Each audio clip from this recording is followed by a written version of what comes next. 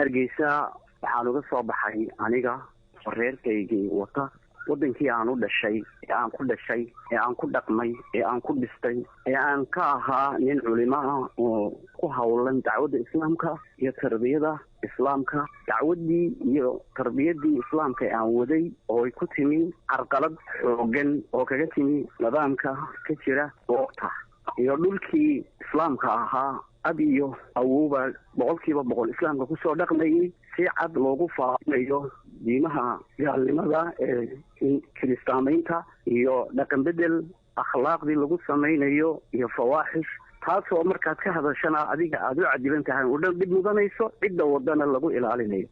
nidaam cadaaladeed iyo garsoor ayaa ka jira Soomaaliland, maxaa nidaamkaas u aadi weyday oo u dacwoon weyday? garsoorka ka jira Soomaaliland isaga laftiisa hay'adihiisa sirdoonkiisa baarayaashiisa xeerlayaashiisa xabsiyada wax lagu xidho iyo maxkamadihiisu nidaamkan iyo dulmiga uu sameeyo waa meelaha uu ka fulo ee asalka u ah.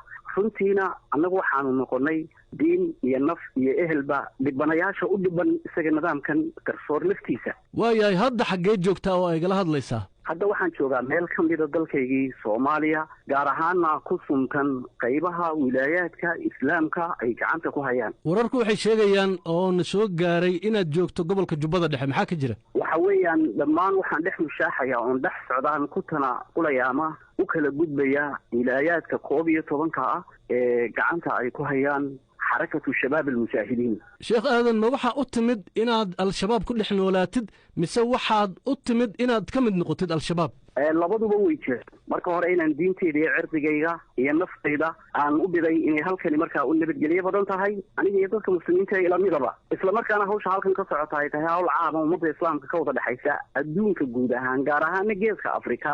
mas'uuliyad diineed oo diinta iyo dalka iyo dadka lagu difaacay inay halkan ka jirto oo xaq ah wixii igala gudboon awoodayda ee aan ka qaban karo aqoonteeda iyo cilmigayga iyo kartidaan oo isticmaalayana waan kala qayb qaadanaya haddii Ilaahay idmo. waxaa nagu maqaal ah in aad soo doonatay inaad qabato hoggaanka al-shabaab, maxaa ka jira? arrintaasi waa mala awaal milooyinka lama ala awaalayo anigu cidna lama wadaagin erey noocaas oo kala ah.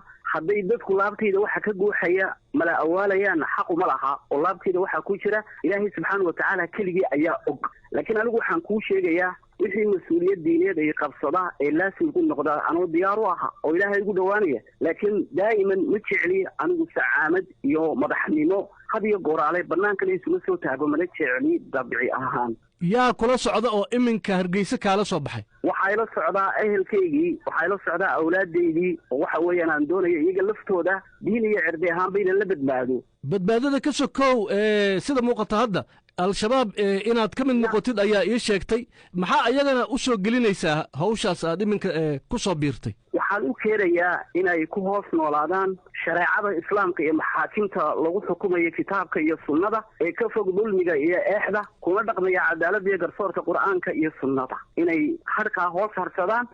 waxay kalena Ilaahay subxaanahu wa ta'aala ayaa gacanta ku haya, Ilaahay ayaa abuuray, Allah subxaanahu wa ta'aala arsaaqdooda haya, asashooda Ilaahay baa haya. laakiin mulsam waxaan ku ahay diin ahaan meeshay ku badbaadayaan ayuunbay badbaadada adduunyada iyo aakhirana ku jirtaa. waxaa iga warantaa Sheekh Aadan sidii aad ku soo baxday iyo halkii aad soo martay. halkaa ninkii isweydiinaya sidii aan ku soo baxay iyo halkii aan soo maray waxa ay ku saabsanaanaysaa bad iyo berri iyo hawada midaan ku soo booday birmad rabbi baa igu bayiday boqorkii weynaaye booqasha markaan rabay boqola ku imi buruntidaydii halkaasay ku soo gaabatay. yaa xiriirka idiin sameeyey marka adiga iyo al-shabaab idin dhex maray?